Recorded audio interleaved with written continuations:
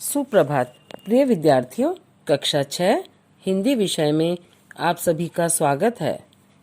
बेटा, हमने हमारी पाठ्य पुस्तक मेधा के पाठ 6 फागुन में सावन कविता को बहुत अच्छे तरीके से पढ़ लिया है और इसका भावार्थ भी समझ लिया है ना। इस कविता का मूल उद्देश्य यही है कि हमें बुरे वक्त में भी आशा की किरण यानी उम्मीद के साथ रहना चाहिए। सावन का मौसम बहुत सुंदर लगता है, बहुत सुहावना लगता है और सावन के महीने में हमारा वातावरण जो है मनमोहक हो जाता है, चारों तरफ हरियाली हो जाती है और हमें खुशी का एहसास होता है ना। इस कविता में भी कवि उन भावनाओं को दर्शाते हैं जो फागुन जैसे महीने में अचानक बारिश के आ जाने से उत्पन्न होती है।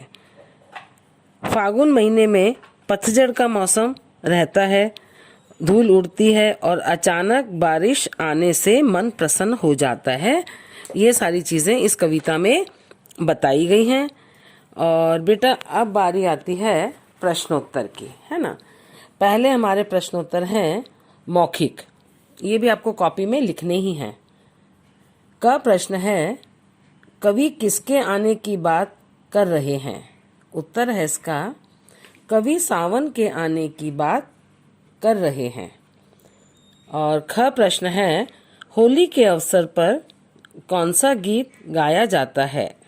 उत्तर है इसका, होली के अवसर पर कजली गीत गाया जाता है ना। कौन सा गीत गाते हैं हम होली पर? कजली। अब इसके बाद आते हैं बेटा लिखित प्रश्न। क वाला प्रश्न है, बादल कब घिर आए थे?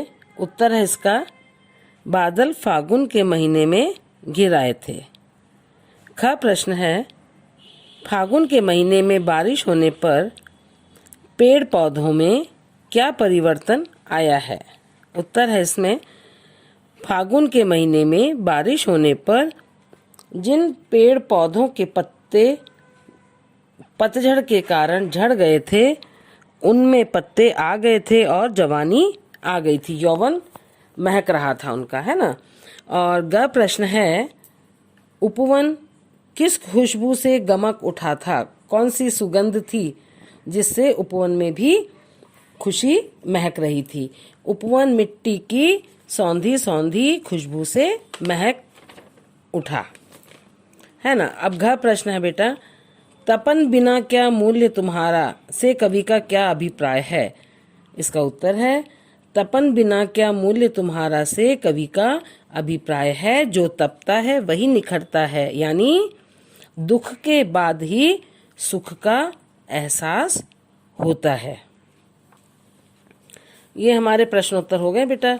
अब इसके अलावा 2 या 3 प्रश्न आपको अपने मन से बनाने हैं, अतिरिक्त प्रश्न, और उनके उत्तर भी आपको कॉपी में लिखने हैं।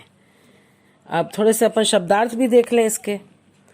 पहला शब्द है बासंती। बासंती यानी बसंत ऋतु की।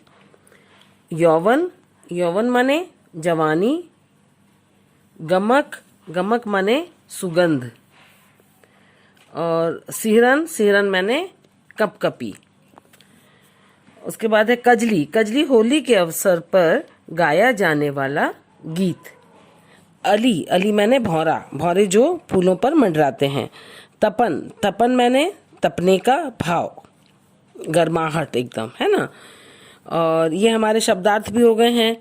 और इसके प्रश्नोत्तर के बाद हमारे इसमें प्रश्न 3 है, कविता की इन पंक्तियों में छूटे शब्द भरिए।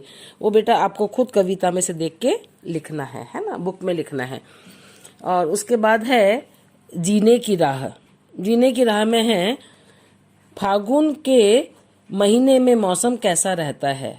अपने को सबको ही पता है, फागुन के महीने में पतझड़ आ जाता है, पेड़ों से पत्ते झड़ जाते हैं और फिर बाद में नए पत्ते उस पे आते हैं। और वहाँ पर फागुन महीने में क्या होता है बेटा, धूल उड़ती रहती है, हवाएं चलती हैं। और उसके बाद फागुन में सावन कहने से कवि का क्या संकेत देना चाह रहे हैं? वो यही बात है ना, फागुन में सावन तो माने दुख के समय में अचानक से सुख का एहसास होना, सुख का अनुभव होना, खुशी होना। ये जीने की राह भी हमारा हो गया है। और बेटा जीने की राह और रचना का संसार, इन सब में से आपको अपनी पसंद का कोई सा भी एक प्रश्न अपनी कॉपी में लास्ट में लिखना है एज ए प्रोजेक्ट। तो हमारे सब शब्दार्थ हो गए, प्रश्नोत्तर हो गए, कविता की पंक्तियां हो गई और जीने की राह भी हो गई।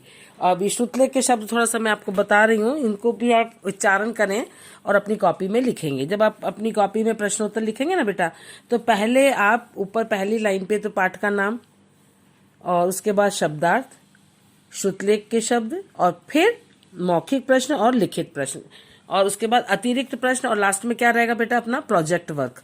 जीने की राह और रचना के संसार में से कोई भी एक मनपसंद क्वेश्चन आपको लिखना है। जैसे अपन पिछले साल लिखते थे ना, वैसे ही आपको करना है। अब श्रुतलेख के शब्द देख लीजिए। धूल, बिजली, सिहरन, स्वप्न, उन्माद, मूल्य, हरियाली और यौवन। ये 8 शब्द हैं। इनका उच्चारण आपको उंगली लगाकर 2 या 3 बार करना है और अपनी कॉपी में लिखना है। और बेटा आज की कक्षा हमारी यहीं समाप्त हो गई है। आपका गृह कार्य यही है कि आप ये प्रश्नोत्तर जो हैं अपनी कॉपी में लिखेंगे और याद करेंगे। अतिरिक्त 2 प्रश्न बनाएंगे और शब्दार्थ और श्रुतलेख के शब्द भी कॉपी में लिखेंगे और याद करेंगे। धन्यवाद।